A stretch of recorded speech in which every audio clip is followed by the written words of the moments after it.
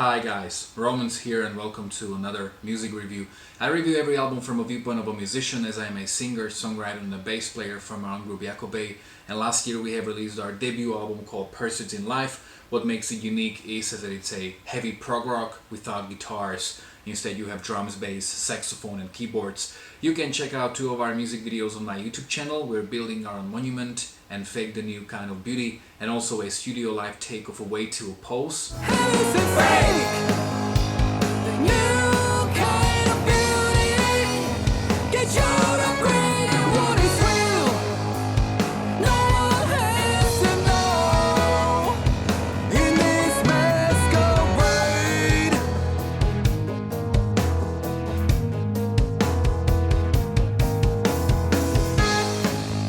Description of all these videos you will find all the information about where is the record available. It's available on all digital platforms like Spotify, Tidal, Deezer, iTunes, Amazon, Bandcamp, but also in this digipack version of a CD with a very beautifully illustrated 20 pages long booklet. So in case you want one, all you need to do is contact me via an email, on Facebook or on Instagram, or you can get one through Bandcamp. And today I'm going to review the new album from Klone, Grand Voyage. Music review. Music review.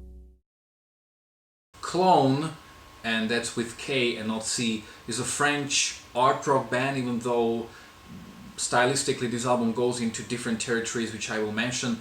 This is, if I remember correctly, this is their 6th studio album and it came out sometime in the end of September, so I'm a couple months late to this review because I've discovered this band just like a few days ago.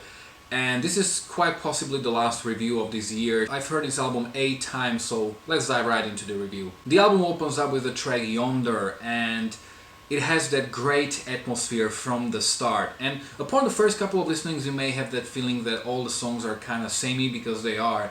And it's that specific mood that this whole album puts you in that unifies the whole record. The singer kind of reminds me of the singer from The Creed. He's really great.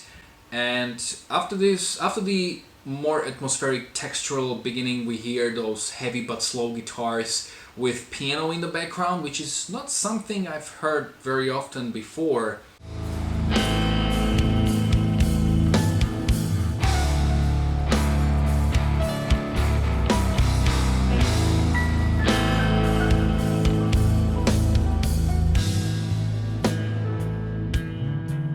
The melodies are really very good.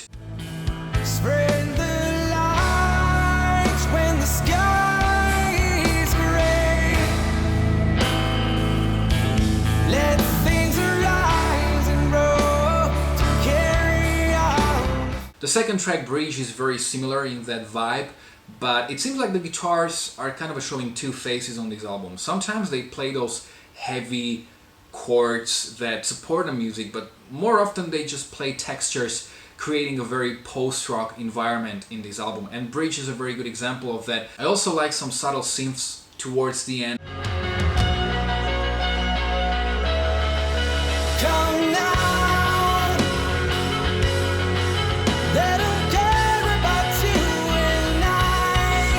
Come now.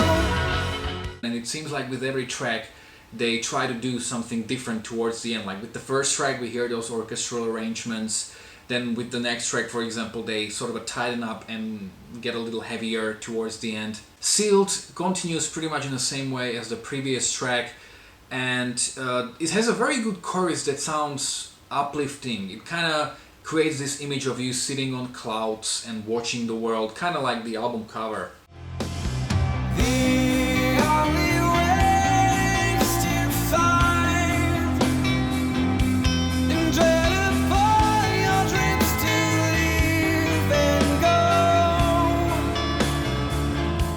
Indelible is even slower, but I totally love the addition of saxophone in this track. At first we hear just a couple of notes that are ran through various effects like delay, for example, but eventually we get the saxophone solo, which is very tasty.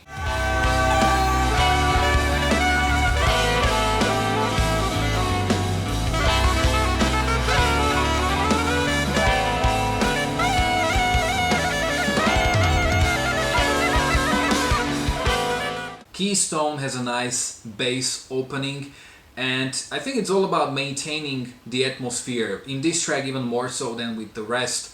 And I like that we again hear the saxophone in the background, and I like the orchestration towards the end.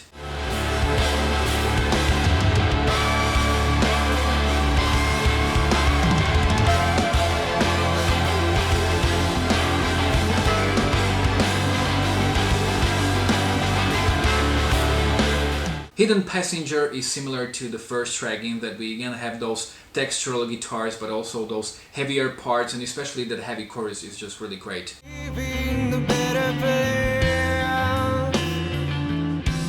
These paths led us here to be what we are, to each other now. The Great Oblivion is probably the heaviest track on the album with those doom-like guitars. And this song has almost that 80s American heavy metal vibe. It probably wasn't intentional, but I really like it.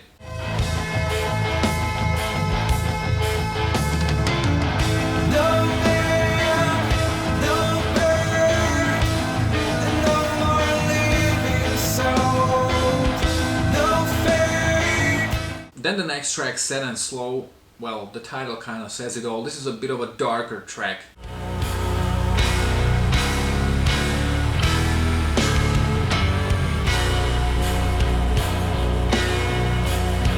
Their passive faces hidden in the sun. And then we have the final 9th track, Silvergate, which opens up with the really beautiful, albeit a bit heard before, guitar theme, but I totally love it, and it's so beautifully slow. It takes so much time to develop and to progress, but that's what's really beautiful about it, and I think it's a great ending of the album. And be what you